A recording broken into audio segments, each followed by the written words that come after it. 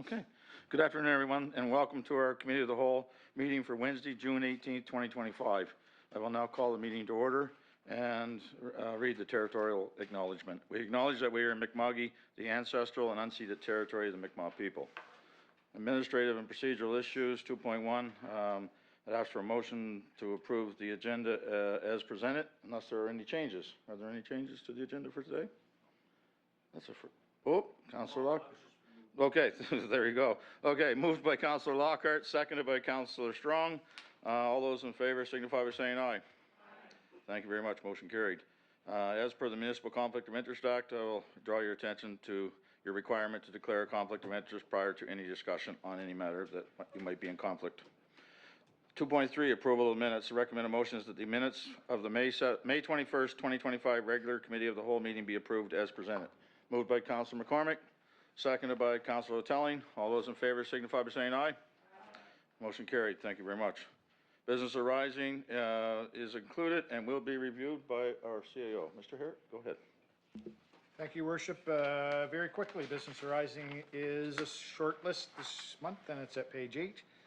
The PETS policy has been forwarded to Council for consideration, and I believe it was approved in May. And the only outstanding item is the discussion of the work on scoping out the drinking water solution in River Joggins, and we are actively working on that. So, happy to answer any questions.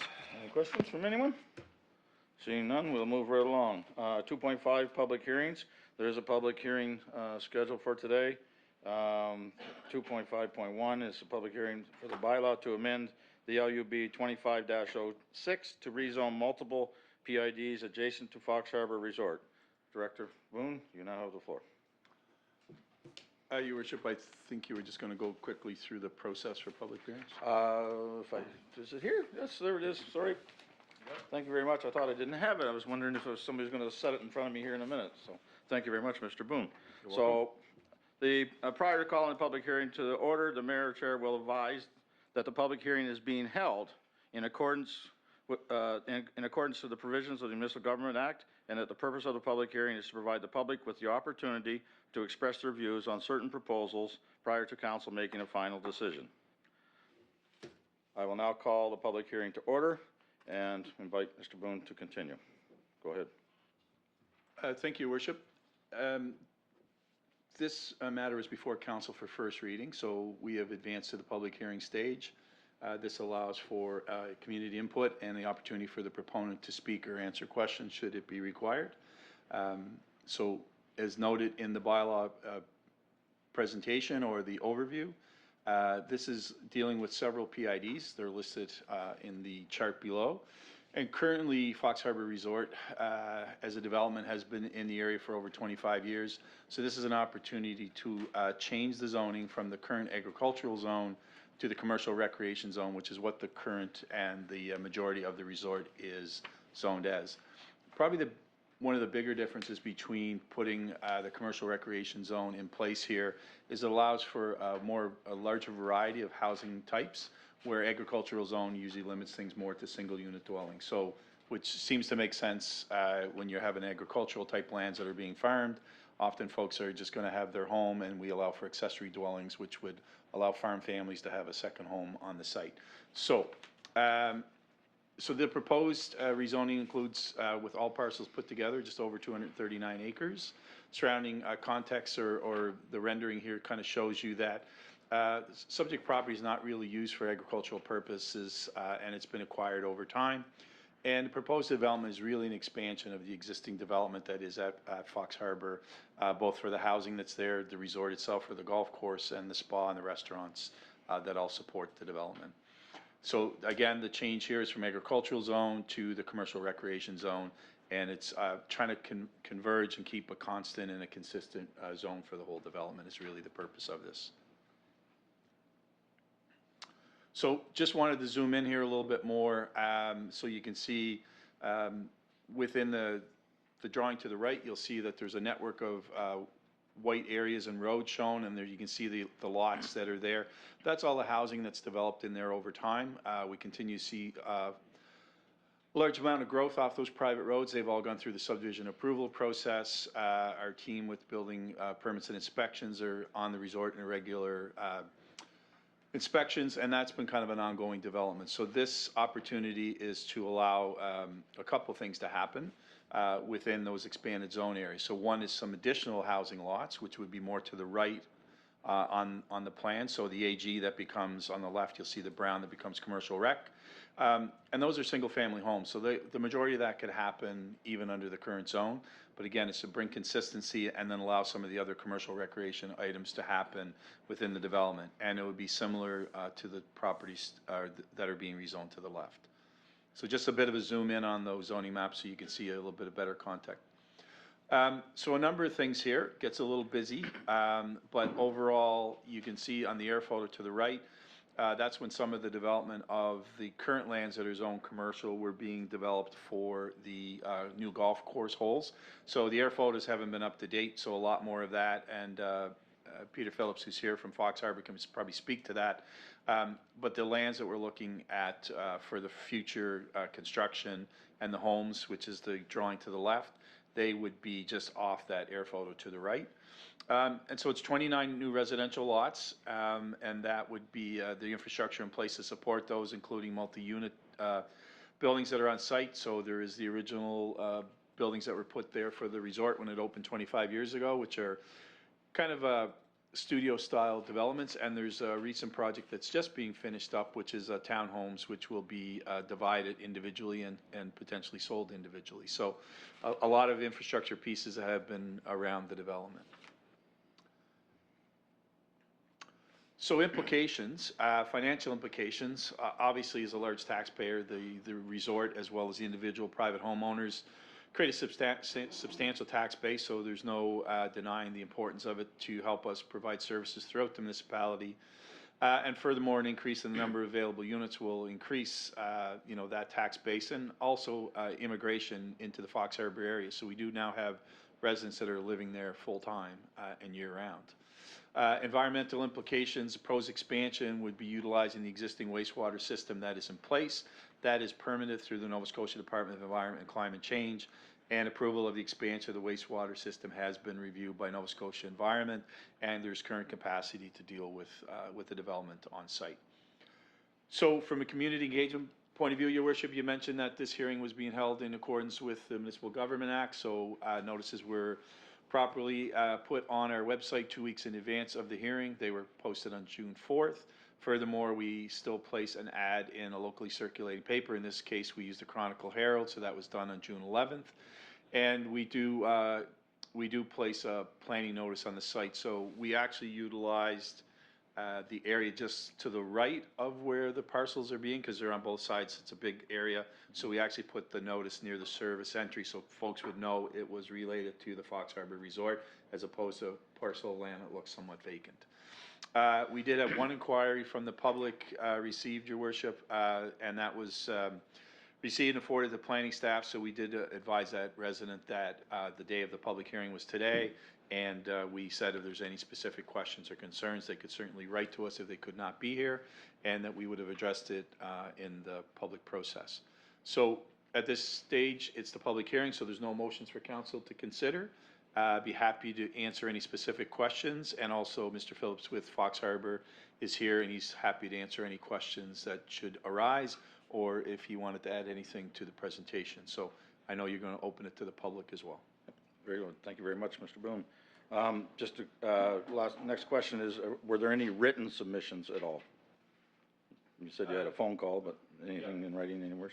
Just the email the phone call, we emailed back and forth with the individual resident from the area, and we did check, I did check with the man at the clerk's office. There's nothing specific to the clerk's office. Often it will come to planning or the clerk, so we checked both. And I did confirm with Kira just before the meeting today that nothing came in just before the hearing. And so nothing other than that one inquiry, and we answered the details. The one thing I will mention, Your Worship, as part of our process, the first reading report was posted for first reading. The notice was posted on our Plan Cumberland website as well, top of our municipal website. And we don't post the public hearing report until we know the council has it in their hands. So we only posted that Tuesday morning. So, but the report doesn't change substantially other than the things I laid out about how we gave public notice. So two reports have a lot of similarities except for the community engagement part. So awesome. Good. thank you very much, and I understand the proponent is here. Yes. And would like to say a few words, so if you would introduce yourself, and remind you before you start, you have 5 minutes to speak, so if you want to use it all up or just use half of it, it's up to you. See Welcome. what I can do. Hello, Peter Phillips. I'm with Fox Harbor Development Limited. I'm their Director of Development. I've been there since 2005. So I've seen a lot of the growth that's happened and both hands and feet in it. Dirt as well. We're actually happy to acquire the properties adjacent to us. We've been looking at them for quite a few years, and it's mainly as a buffer for the resort. Looking at that, we don't maybe get some other development right up to us. So where we put our golf course as well, that we're developing is quite close to a couple of the property lines, but now we have that buffer that some neighbor might build a home or a development, didn't have the advantage of, say, the views of what we've put our money into. So as outlined, there's our thoughts are not really to massive development on it. It's more greenlands that we've eaten up a bit of with the golf course, of course being green in itself, but for walking trails and other that we can give our guests and members and residents some more space to freedom of the outdoors. Right. Great. One of the things in this with working with Nova Scotia Power, we'll be spending upwards close to $3 million with them for upgrading the power to come to our area. This is an upgrade also that starts in Pugwash and from the substation, which upgrades the power system for the whole area. So in the past, when it was first developed, that was also happened that the Joyce family paid for. And I can say through the owner now, Stephen Joyce, his expansion is pretty well complete of what he's got in his mind. So the acquiring of the additional property is really not to massively more expand the community there, but again, to create that buffer. Right, good, awesome, thank you very much. You're welcome. I appreciate that, and it's nice to know about the power upgrade too, so people quite often don't notice those types of things. So, it's nice to know that, so. Anyway, thank you very much. Is there anybody else from the public that wishes to speak here today, Glenn? I think there was one individual that wanted to be here for the hearing, but I don't know if they were going to speak. Just out of curiosity. Yep. Okay, good. Awesome, thank you very much. I really don't have any questions from myself to clarify. You know, it's great information, very clear and very concise as to what you're trying to do and all of that. So, is there anybody from council that would like to ask a question at this point in time? Seeing none, I guess you're free to go. And we're good, thank you very much. Close it. I will now close the public hearing. Thank you very much, Mr. Boone. Next up, we have 2.5.2, and I see we have some visitors. Presentation from the Cumberland Hospice Palliative Care Society. I will come forward, ladies. Two things. I will remind you to tell us who you are, not that I don't know, but some members of council wouldn't, and remind you that you have 15 minutes to do your presentation, including time for questions at the end. And Greg will start the timer. He's on the timer, and welcome. Keep the stick on me. That's right.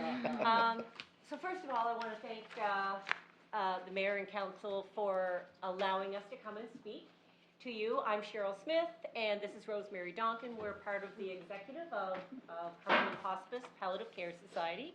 We do not come seeking anything other than we're providing awareness.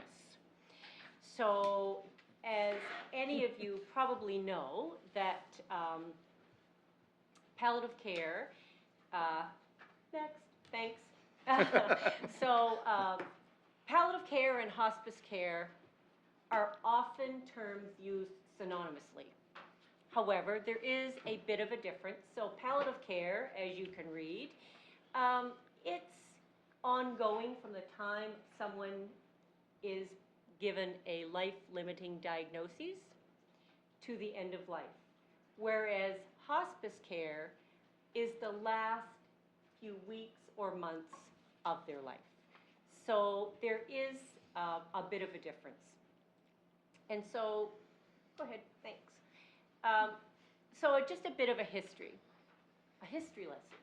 So from the 70s and 80s, around Canada, it was discovered that we needed to get some standards of care. And so they, back in that time, developed these specialized standards for various parts in the country. Then, in 1989, multidisciplinary teams, there was one established at Highland View Regional Hospital, and this team was focused on education, providing end-of-life focused care. These teams worked in all 5 rural hospitals of Cumberland County, and they provided care to the individual, their families, when there was no cure in place. So when we're talking about end-of-life care, it's not that we're going to an acute care facility for ongoing interventions. It's when it is time to help someone transition to their end of life. So we're focusing on quality of life, which can be physical, emotional, social, spiritual, and the family are a key part of that process.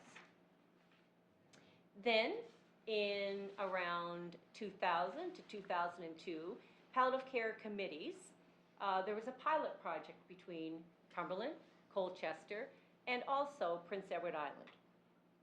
So this pilot project was around focusing on some palliative care services. From that, grew into a rural palliative care project that evolved into what is now the Cumberland County Palliative Care Program. And they continue to provide specialized medical and nursing care around Cumberland County. Next. So, in 2002, the Cumberland County Hospice Palliative Care Society was incorporated. We have a vision to provide support and resources to all citizens of Cumberland County. We often think of palliative care as those that are nearing the end of life, but hospice care actually covers the entire life cycle. So anyone with a life-limiting illness. The board of directors were established, and a strategic plan was put in place that would help support that vision. In 2015, a feasibility study was completed with the aim to build a standalone hospice facility for the residents of Cumberland County. The facility would provide an option for care. And so when we talk about an option for care, we probably all have experienced palliative care in one form or another. So currently, we have palliative care that can take place within an acute care facility around the county, in one's home around the county, in long-term care facilities around the county. Hospice care provides an option for those that no longer require acute care services. They choose not to have their end-of-life experience in an acute care facility. They choose not to be in their home for worrying about the legacy that may leave for their family. So this is an option that they would have hospice care in a standalone facility that would incorporate a unique environment. So, in 2017, 2018, we, the Cumberland County Hospice Palliative Care Society, developed a permanent office space and retail shop that is located in the Amherst Center Mall, with support from the Amherst Center Mall. And we have currently 2 rooms. One is provided free of charge, and one we pay for. At that time, we established a full-time hospice coordinator, and the Toonie Draw was established. Hope you all have your tickets. Go ahead. In 2019, a business and media plan were completed with a fundraising consultant hired to help move the vision into a capital campaign. Well, I'm sure you all know what happened in 2019. COVID came and everything was stalled. So we had a few years that things were put on the back burner. Well, that has now moved forward. So like the rest of the world in the pandemic, we had to close our shop, a meeting space, but we were able to keep things open such as a Toonie Draw and some of the online presence. In 2022, the hospice office and shop became viable again with the kindness of the Christy Smith Foundation. We secured funding for a hospice volunteer visitation program. So that moved our staff from a hospice volunteer coordinator who ran a shop and volunteers in the shop to a trained visitation program. So our volunteer visitation supervisor trains volunteers that go and visit folks that are nearing end of life. So that is through a referral process. So they visit folks in the hospital, they visit folks at home, they visit folks in long-term care. They do not do any physical or health care. They provide a presence, a visit, a cup of coffee, an ear to talk to. So these volunteers are educated on how to be an appropriate volunteer. 2024-25 brought a grant from the Mass Casualty Commission. Yep, I'm there. Mass Casualty Commission, and the board of directors contracted a licensed social worker to develop a grief support program. And for anyone who's interested, these grief support programs are currently running group sessions around the county. In 2025, the hospice has completed a full revision of its strategic plan and is connecting with various levels of governments, the Northern Zone Palliative Care Committee network, local leadership, the Department of Health, to help move this vision further. So interesting, Cumberland County does not have any designated comfort care beds. In yesteryear, we did have funded designated palliative care beds. Those have now been absorbed into the system. And the term has now changed from palliative care beds to comfort care beds. We are one of the few counties that do not have designated comfort beds. So that's why we are here trying to move this to the next level. Our goal, as I said, is to provide that option for care. We have and are ongoing meeting with folks to help build this awareness around Cumberland County. We recently met with Department of Health consultants regarding hospice care in Nova Scotia. Folks were surprised that we didn't have a hospice option in Cumberland County.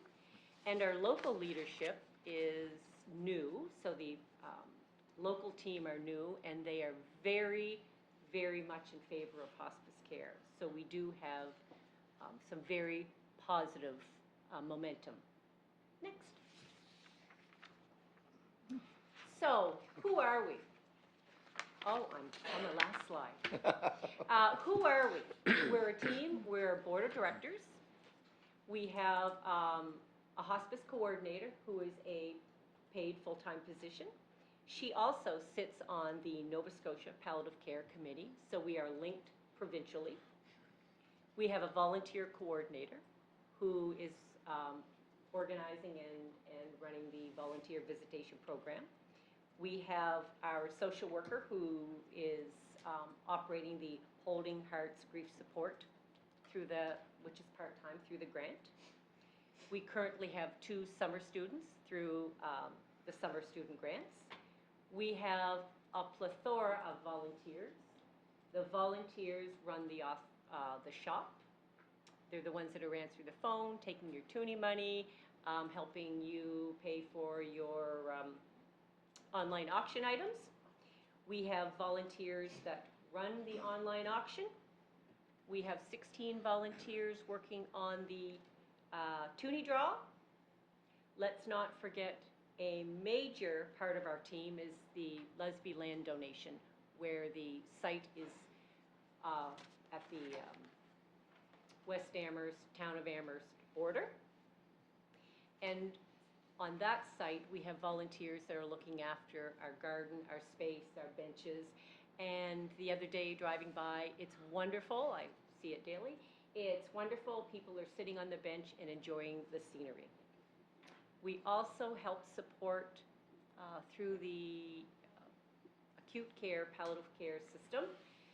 They often reach out to us to help support folks in need. So through our society, we provide gas support, travel support, meals support, some of those things that were requested. So we really are bigger than you would know by looking at our website. Next, there's our logo, Cumberland Hospice. And are there any questions? There we go. Thank you very much. Questions? Anybody have any questions? Councilor Redmond, go ahead. I just want to thank you, girls, for your determination. You've been dealing with this one way back in early 2000. Rosemary, you were very beneficial in getting things into East Cumberland Lodge to help people. And I thought you would be further along now with a little bit more support from the government in regards to having your own spot, your own building. Just keep up that determination, because there are people out there that are very appreciative of what you do and the services that you have offered to Cumberland County. Thank you. Thank you for saying that. Part of our dilemma is we have just, for instance, corporate sponsors who may like to donate to a building fund. First, we have to provide all of the capital funding. Department of Health will not provide any capital funding for the building of the hospice, standalone hospice facility. They do, with a contract, provide some or all of the operational costs, depending on the negotiations. There are other hospices within Nova Scotia that have various types of contracts. Some 50% operational. In Halifax, in the Valley, it's greater than 50%. Up in Membertou, they were very fortunate to obtain federal funding because of Indigenous services. So it's all over the map. But 2 years ago, we weren't on the map. Right. And one of our recent meetings with the Department of Health, they said, there's a button for Amherst now on our map. Good stuff. Awesome. So that's progress.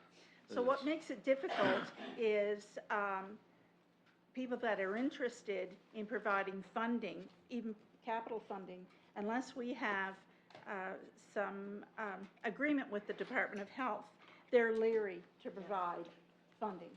And then, Department of Health says to us, well, unless you have the funding, we are not going to provide any support. So it's, we're just stuck in the middle. Yeah. They're out there in a vacuum. Very difficult. But we are poking straight ahead. Yep. Yeah. And again, that's been your focus and your long-term goal, right from day one, is to end up with a standalone building, which is very much needed in Cumberland County. And blew me away when I looked at how long ago that donation from the Lesby family was, and 10 years has gone by just like that, and, you know, lifelong friend Jerry Helm has been a longtime member of your guys' group, and I always have conversations with her about it. Every few weeks I run into her somewheres and you haven't forgot about me no, Jerry, no. And I, teased her once upon a time many years ago, and I made her a promise. I said, if I ever win the Lotto Max, the first check is to Jerry Helm and the Palliative Care Society to build their building. And so keep your fingers crossed. I buy the tickets every week in the off chance that happens. So anyway, so yeah, you guys are very much foremost in my mind on a lot of occasions, and I've seen the great work you've done over the years firsthand and all over the community. You have lots of friends and lots of support, and hopefully you get to the end of your rainbow. I really wish that for you guys. So. Thank you. Thank you so much. Thank you very much, ladies. Oh, sorry, Councilor Strong, go That's ahead. no problem. I've been with you on your journey right since the beginning. I think I'm still a member. I think I have my little card. Working in palliative care as many years as I have, even with this lovely lady next to me, when they closed our 2 palliative care beds in Advocate, being so rural, it really, really put an awful burden on our area, and with so many others following suit. This is, to me, one of the most important things that we could be looking into helping and providing support for. And can I ask how close you are to your goal? Well, our goal is, honestly, we've had so much verbal community support. We'll write you a check as soon as you have that MOA with the government. So we have, our fundraising is doing really well, but you can't open a healthcare facility without government sanctions and government funding. So. And a license. And the license, Cooperate. which all comes from the government. So honestly, in the last 3 years, we've seen significant momentum. Yes. And our leadership locally are striving for it. The head of palliative care network is a palliative care physician, and the coordinator, we've met with them. They're on board. So we're spreading our tentacles a little farther, so thank you for having us. We need to keep building this awareness. So Thank you so much. If you tell 10 people and they tell 10 people, off we go. Very good. Thank And you. I was there when they closed the Advocate beds, and I was like, this just doesn't make sense. So, I thanks. completely agree. Thank you very much, ladies. Thank you.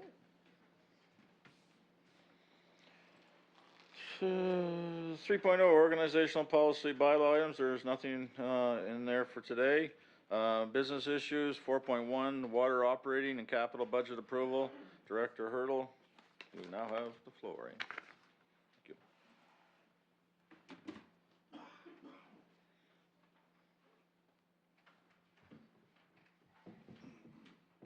Thank you, Your Worship. As most of you are probably aware, we did not approve the water capital and operating budgets at the same time as the general budget. So this item is just bringing those forward. They're ready to be brought for approval. In your package, you will find a water operating and capital budget report, similar form to the general operating budget that was brought forward, only a lot shorter because it's just the water utility. I did notice this afternoon as I was reviewing it, there is a typo on page 2 of the report, page 24 of the package. It should be, the revenue should be the same as the expenditures for the 25-26 budget. So that will be corrected if this goes to council next week. Basically, it's a balanced budget. So as you can see, the revenue is budgeted at about 2.9 million.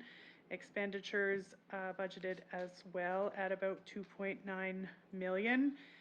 A big portion of that, obviously salaries and benefits to keep the utilities up and running, but also the depreciation account. So with those unfamiliar with that, that's basically money the utility puts towards capital projects that as our assets are depreciated, we put money aside to rejuvenate them or build new. So that is a big chunk of the budget. unless there's any specific questions about the operating, oh, Go ahead, Counselor Hotelling. Our depreciation amount go into a reserve, or does it just switch right into our capital that we're spending on the similar services? essentially it's in a separate account. Okay. Yeah, like we have an operating account and a capital account that holds the depreciation funds. Okay, Yeah. thank you.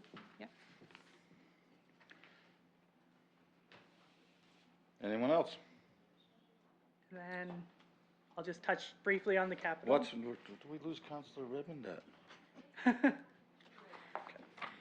Go ahead. So on page 4 of the report, it's just a single page, page 26 of your total package.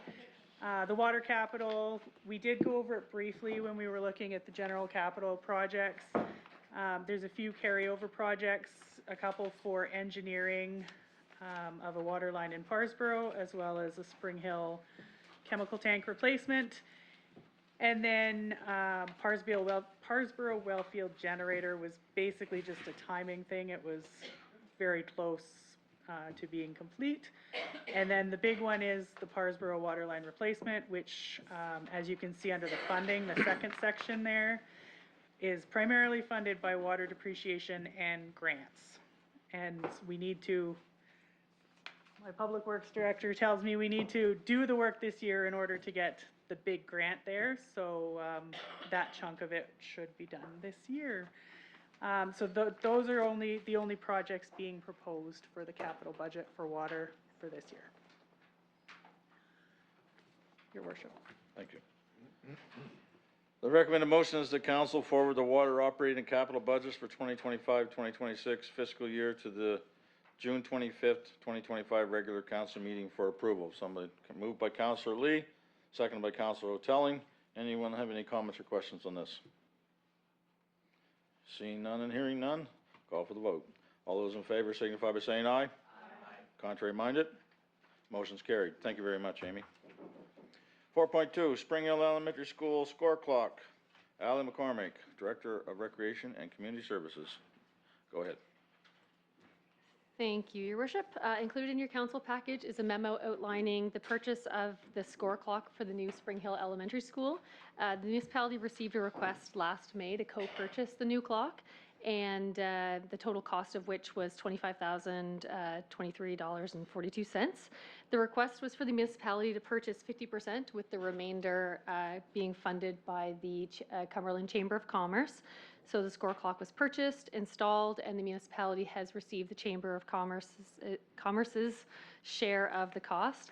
So staff are requesting that council forward the authorization of the withdrawal of $12,511.71 from the Spring Hill Area Rate Reserve to fund the score clock at the Spring Hill Elementary School to the June 25th council meeting. And I should note in the council package, it said to authorize, but obviously with this being our COW meeting, it's to forward it to the June 25th. Very good. Thank you very much. So the recommended motion is the council forward the authorization to withdraw $12,511.71 from the Spring Hill Area Rate Reserve to fund the score clock at Spring Hill Elementary School in accordance with Section 99, Paragraph 6 of the Municipal Government Act to the June 25th regular council meeting. Somebody would like to make the motion? Moved by Councilor Lockhart, seconded by Councilor Strong. Any questions or comments on this? Councilor McCormick, go ahead. Thank you, Your Worship. Oh, there you go. You're good now. My question is that the elementary school just doesn't house students from Spring Hill. So why would the whole fund be coming out of the Spring Hill area rate when there's actually county students as well that are involved in the school? Thank you. I can take that question. Go ahead. That was, this has been around for a bit, and when the arrangements were made last year, that was the agreement. And so that's why it's put forward that way. And also too, I see that it says the Cumberland Chamber of Commerce. I believe it was the dissolution of the Spring Hill that the funds came from. Is that not correct too? I kind of jumped into this conversation when I returned from maternity leave, and at that time, I believe we had been sitting we'd been in conversation with the Cumberland Chamber when my conversations with them took place, but I could clarify that. Thank you, Worship. Excuse I me. do not support the motion, though. Anyone else have any comments or questions on this? Seeing none, we'll call for the vote. All those in favor signify by saying aye. Aye. Contrary minded? Nay.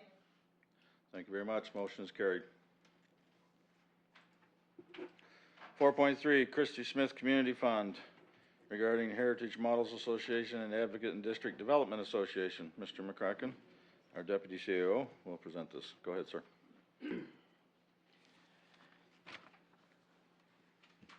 Thank you very much, Your Worship. A request was received from the foundation or the fund for the municipality to receive and disperse money on their behalf for two community projects. The first being the Heritage Models Association, $4,500 to hire a summer student, and the Advocate and District Development Association, $26,000 for a temporary library location. Because the community fund cannot donate and receive a charitable donation receipt from the recipients, they have in the past and are now requesting that the municipality accept the funds and then disperse them to the community groups and provide the foundation with a charitable donation receipt. We've done this in the past, as mentioned, and we provided receipts to the donor and dispersed the funds as requested. This disbursement is contingent on approval by council and is for an expenditure which the municipality has authority to spend. And there's a recommended motion in the package, Your Worship. Thank you very much, Mr. McCracken. The recommended motion is that the request to receive up to $4,500 from the Christie Smith Community Fund and disperse the funds to the Heritage Models Association be forwarded to the June 25th, 2025 council agenda for consideration, and that the request to receive up to $26,000 from the Christie Smith Community Fund and disperse the funds to the Advocate and District Development Association also be forwarded to the June 25th, 2025 council agenda for consideration. If somebody'd like to make that motion, moved by Councillor Lee, seconded by Councillor Hotelling. Anybody have any comments or questions on this? Seeing none, call for the vote. All those in favor signify by saying aye. Aye. Contrary minded? Motion's carried. Thank you very much. 4.4, Cliffs of Fundy support request. Mr. McCracken, you're still in the hot seat. Go ahead. Thank you again, Your Worship. Letter was, was received from Devin Trefry. He's the interim managing director of the Cliffs of Fundy Geopark, and they're requesting a letter of support from council. To keep its, I'm assuming that council's well aware of what the geopark is, so it's a UNESCO designated geopark, and to keep that designation, it's required to go through an evaluation every few years. In 2023, the park had an evaluation completed and received a yellow rating, meaning they had several conditions to be met to retain their designation. One of those recommendations, as outlined in Mr. Trefry's letter, is the Geopark Society obtained letters of support from the municipalities, both ourselves and Colchester, to committing to annual funding through 2028. The evaluators returned this July to do a follow-up assessment. Since the Geopark Society was formed, we have received requests annually. It's often $75,000. On a couple of occasions, they've asked and were granted for more. Of note, there's currently no written agreement attached to this funding between the municipality and the Geopark that outlines the terms and conditions for those contributions and what that contribution is. If approved, the commitment, would be $75,000 if the recommended motion is approved. And for the next 2 fiscal years, this year we've already approved $100,000 and a one-time contribution, and that was to help with the costs of the upcoming evaluation. There's a recommended motion in your package, Your Worship.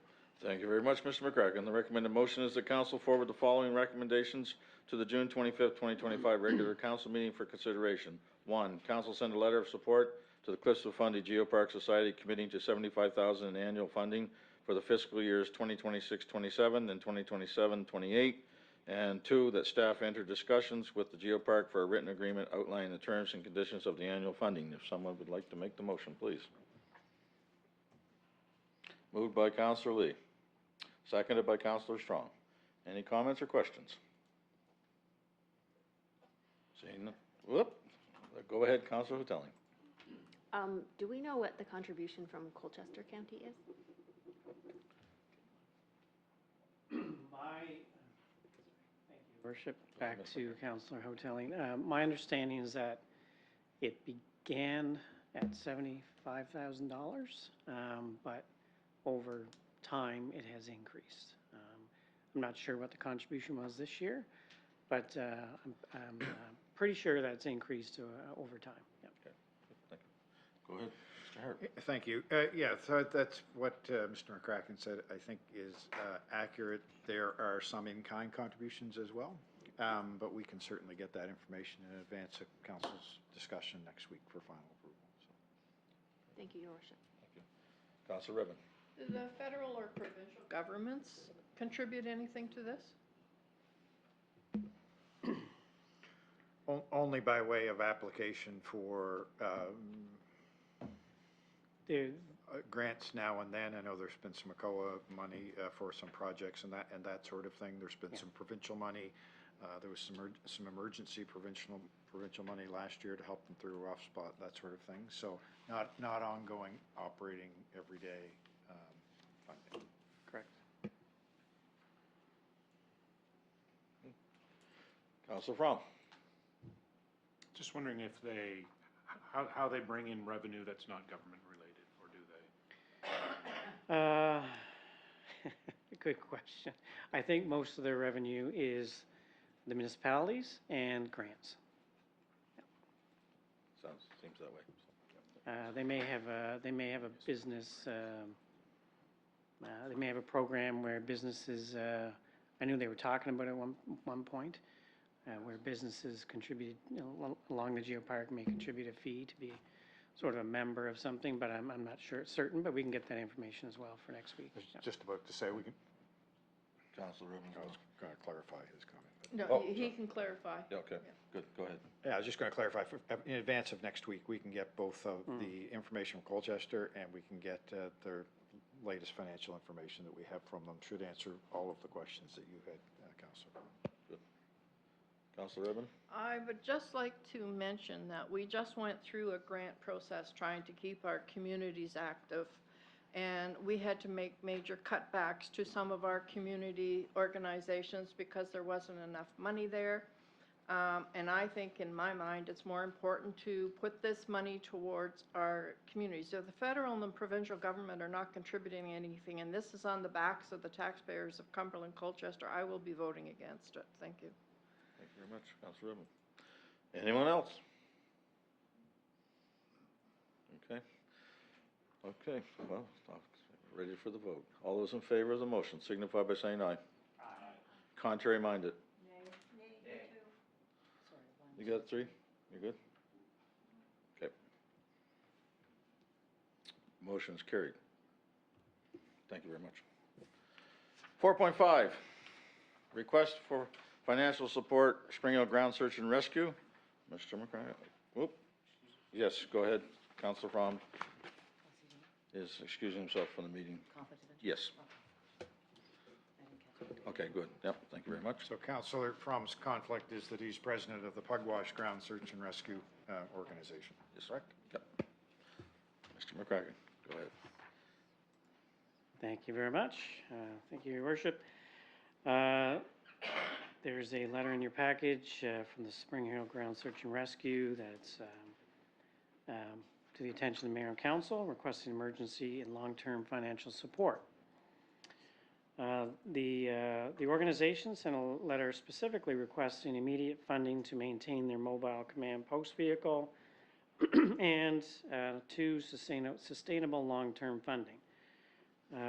Should be noted that the request did not specify a specific amount of funding. Council has supported the organization financially in the past. We took a look in the last 4 years, and we've provided $3,000 annually for operating, and we also provided $10,000 to assist with replacing some vehicles in 2023-24. The potential financial implications are not known at this time until we can determine the specific requests from the organization, and there's a recommended motion in your package.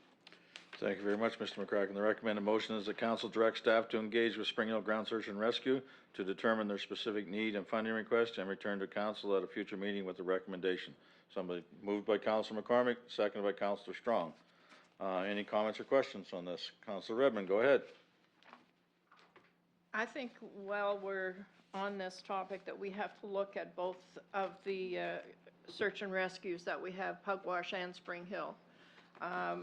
After the last episode, and I've brought this up many times, I think instead of putting good money after bad, we should be supporting these two organizations much more than we do now. I would far sooner see the $75,000 that is going someplace else for the next 2 years to these organizations. Just my thought. Thank you. Thank you very much. Anyone else have a comment? Seeing none, call for the vote. All those in favor of the motion signify by saying aye. Aye. Contrary minded? Motion is carried. Thank you very much. Thank you very much, Mr. McCracken. Item number 5, external reports and committee minutes. They are included in your meeting package. 5.1 is the Navigator monthly report. 5.2 is the Solid Waste monthly report. 5.3 is the Cliffs of Fundy Geopark report. And 5.4 is the Cumberland Business Connector monthly report. So those are there for your reading. Go ahead, Councilor Redmond. I just want to give kudos to our people that pick up our recycling and our garbage. When I was taking mine down to the lane last Friday, lifted the lid, there was a little hornet's nest there. Fortunately, I took a piece of cardboard and was able to smash it before any of them got out. It was that small. But I know it's been put on our website to be cautious. So people going to those boxes, be cautious when you open them and make sure if there is something there to get it out of there before pickup day. Absolutely. Yeah. Sting operation. Yep. No, again, I was witness to that live in Spring Hill recently, and the gentleman that was working for the contractor and opened the lid, and I don't know how many times he got stung, but I know he didn't have a very good evening after having that happen to him, and so it was a great notice and timely for this time of year, because those things, if anybody has any allergies or any issues that way, they can be deadly. So so hopefully the citizens of Cumberland County will partake of this ask and wholeheartedly get rid of our pesky little friends. So. Internal updates and reports. 6.1, Administration Department monthly report. Mr. McCracken. Thank you again, Your Worship.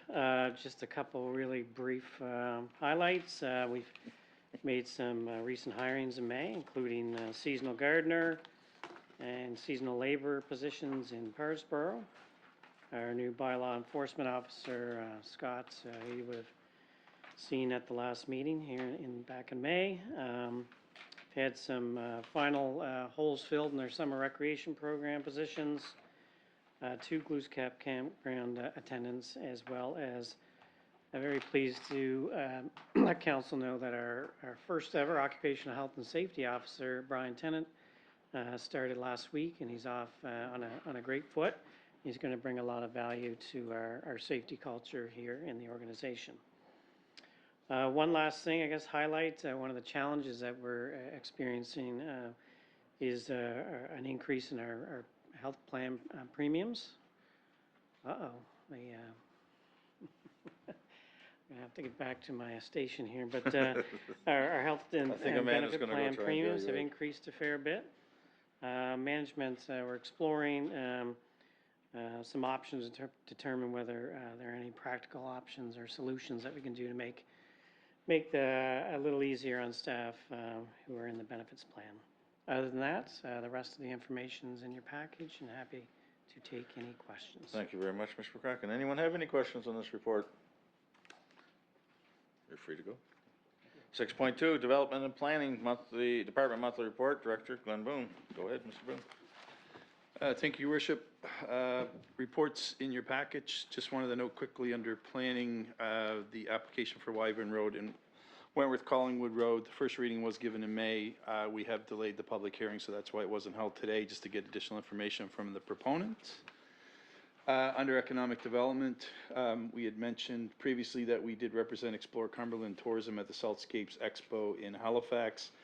And the new business logo signs as well as directional signs are in place in Fort Lawrence. So we're just in the process of having the signs removed by the various business operators and giving them an opportunity to go on the new business logo signs. There is some other graphics at the bottom of the economic development. That's a close to home, far from ordinary campaign that we will be running in the summer to promote different parts of tourism within the municipality. Quickly under climate change and special projects, rural internet project, fiber to the premises is progressing in the Wallace area now. We've had good success in and around Pugwash.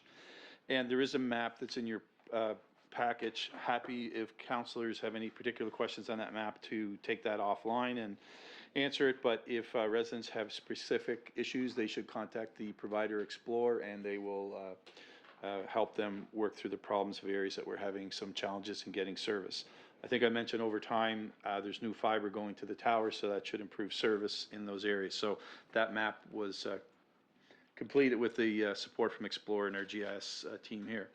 Under building permits and inspections, just want to, I know we're going to look at maybe bringing some different graphic representations in the package, just change it up a bit, but I do want to note that we are at a record year of permits as of the end of May, so I know there may have been some challenges with regards to some calls and complaints on service levels, but we are providing, I still feel, top-notch service based on conversations we have with other municipalities. Turnaround on permits, if the applicant has the detailed information as required, is still probably in the range of about 1 week. So again, it's just making sure the applicants, when they come in with the detailed required information. Happy to answer any questions, should there be any. Thank you very much, Mr. Boone. Does anyone have any questions? No? Well, you're off the hook. 6 point. Never sure when that guy is behind me, sneaking up on me. What's going on? Okay. 6.3, Finance Department Monthly Report. Amy Hurdle, Director of Finance. Go ahead, Amy. Thank you, Your Worship. The report is in your package. I'll just draw your attention to a couple points. Right at the very top, all of you know we approved the budget quite early this year, and one of the risks that come with that is we don't always know the final numbers for some of the expenses for the year. So we did get final information about the RCMP costs from the Department of Justice just a few days ago. And although we had budgeted almost 6.2 million, an increase of 6%, the actual came in a little over 6.2 million. About $40,000 more than the budgeted amount. The overage is about 0.6%, and there's no action necessary. We will just monitor the expenses and make sure we try to stay within budget. Make sure there's no other actions necessary. Under property taxes, just drawing your attention to the low-income tax exemptions. So we're up to about 302. We processed 224 of them in May. So, and the total exemption amount we're up to is about $156,000. And the other thing I will draw your attention to is the chart with the service center transactions. So one of the advantages of approving the budget as early as we did is it pushed some of the transactions that would have all happened in June, because that's when we collect taxes, into May. So you can see that our May transactions were through the roof compared to last year, particularly, well, actually in all our service centers. So it kind of spreads out some of that busy time over a month and a half rather than right in 1 month. And Your Worship, if there are no questions. Thank you very much, Amy. Anyone have any questions? Seeing none? You're free. Thank you. Thank you very much. 6.4, Protective Services Department Monthly Report. Director Alan Cole. Mr. Cole, go ahead. Thank you, Your Worship. During May, there was a community evacuation training course that was put on by the Nova Scotia Department of Emergency Management, which was very well attended and a very useful and informative course. Moving on to fire services. Very typical month in fire services. The percentage numbers for call-outs were pretty standard. Parsboro, Spring Hill, and Pugwash are the busiest departments as usual, with Wallace close behind them. Leicester had 1 call during the month, which brings their annual total so far to 2. Shinnemakas didn't have any. Wentworth had 1 as well. And from the bylaw perspective, the most interesting thing that happened in May was a removal of a dead seal off the beach, which was one of our new bylaw officers' first duties on the job, which they had to drag it about 100 yards to find a place to get it up the bank. Happy to take any questions, Your Worship. Thank you very much, Director Cole. Anyone have any questions on the comings and goings of marine life in Cumberland County? Go ahead, Councillor Lee. Your Worship, thank you. Just under other, around the disruption to services in the River Hibbert Joggins area. I did want to point out, it just said it was briefly interrupted. 3 days in a rural community with no access to internet or telephones is very problematic, and I just want to make note of that. So, yeah, this has been an ongoing issue, so thank you for holding space and having that put down in here. Thank you very much, Councillor Lee. Anyone else? Seeing nobody? You're free to go, Mr. Cole.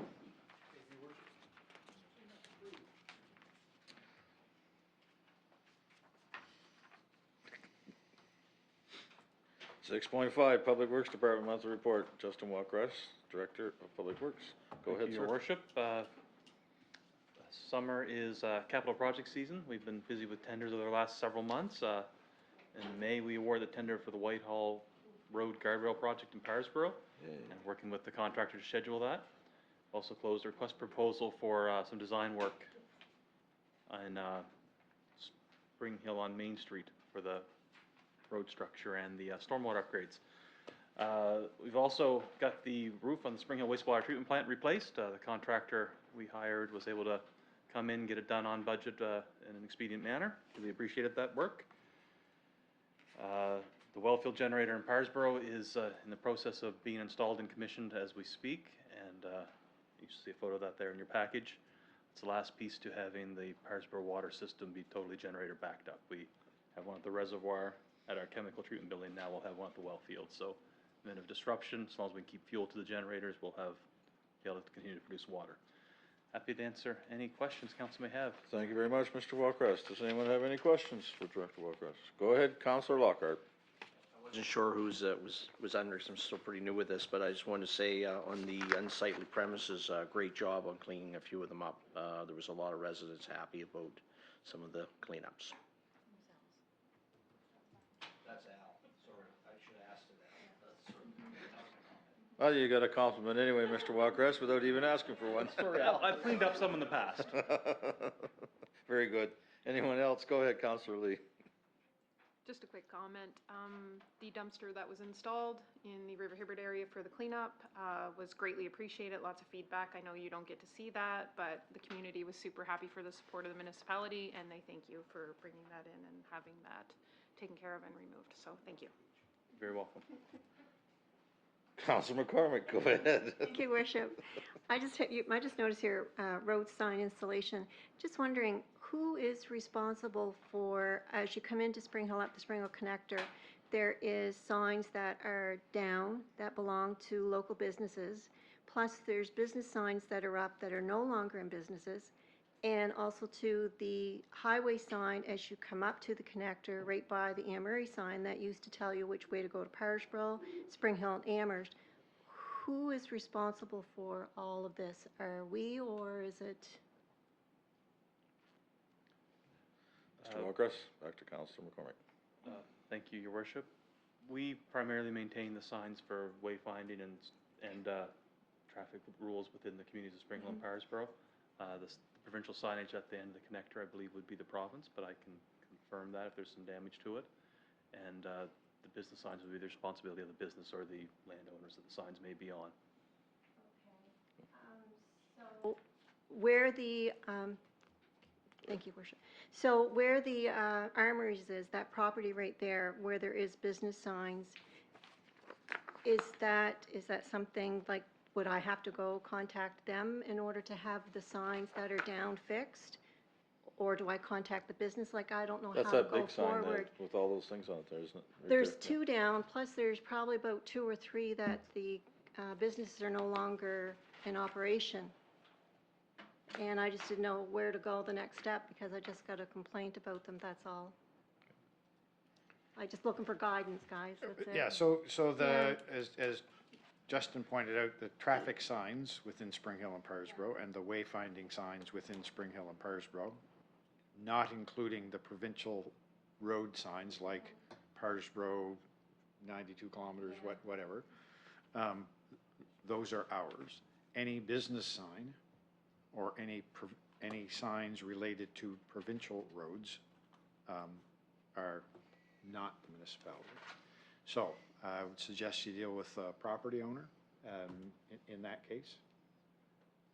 So I do have the right to do a letter out to the businesses and ask them to, or the business that are no longer, to ask them to have the. No, it's the property owner. Okay, so it's the property owner that I have Yes, to go after. yes. And can I get the information on the property owners from the municipality? Or We can have a conversation offline if you'd like, for sure, but it just depends on the specific circumstances. But in general, it's not the municipality that's responsible for the cleanup of those signs, but we can have a conversation offline. Thank you.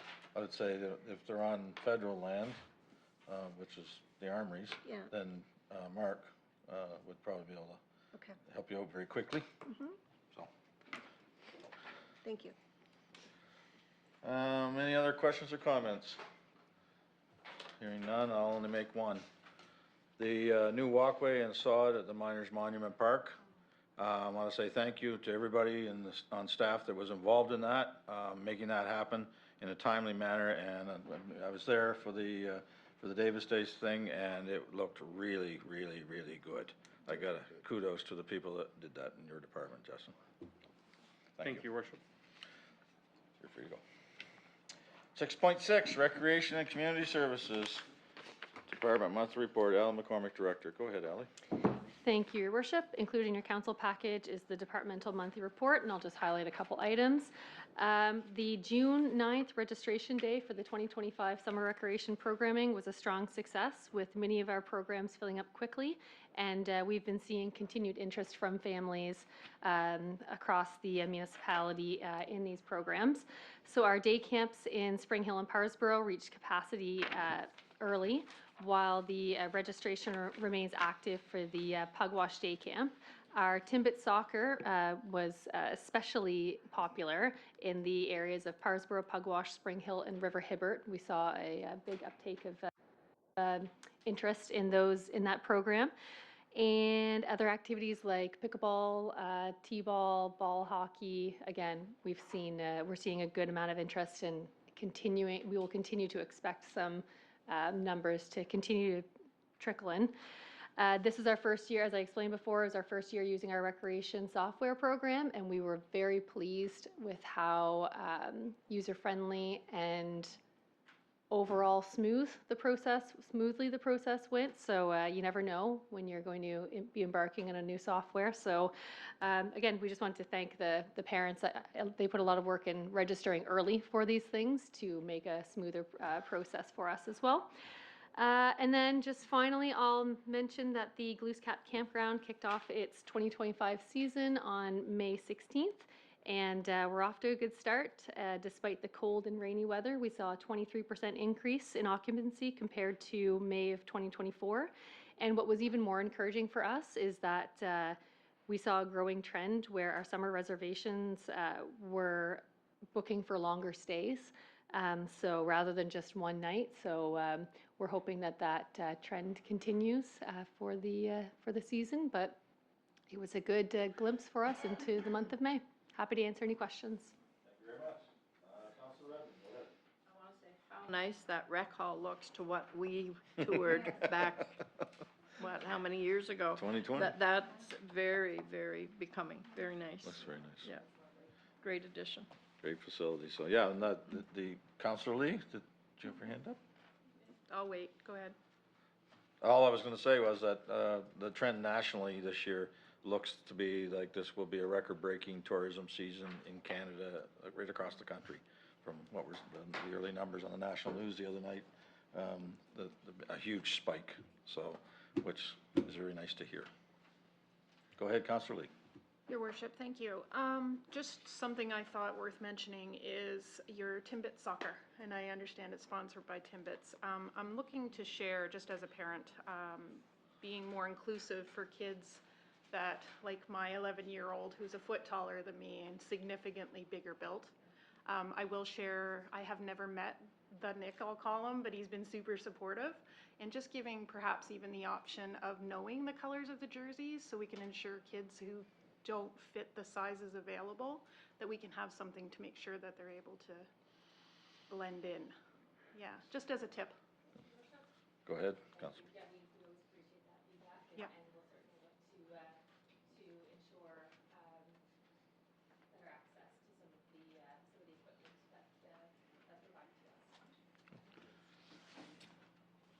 Mr. Hart.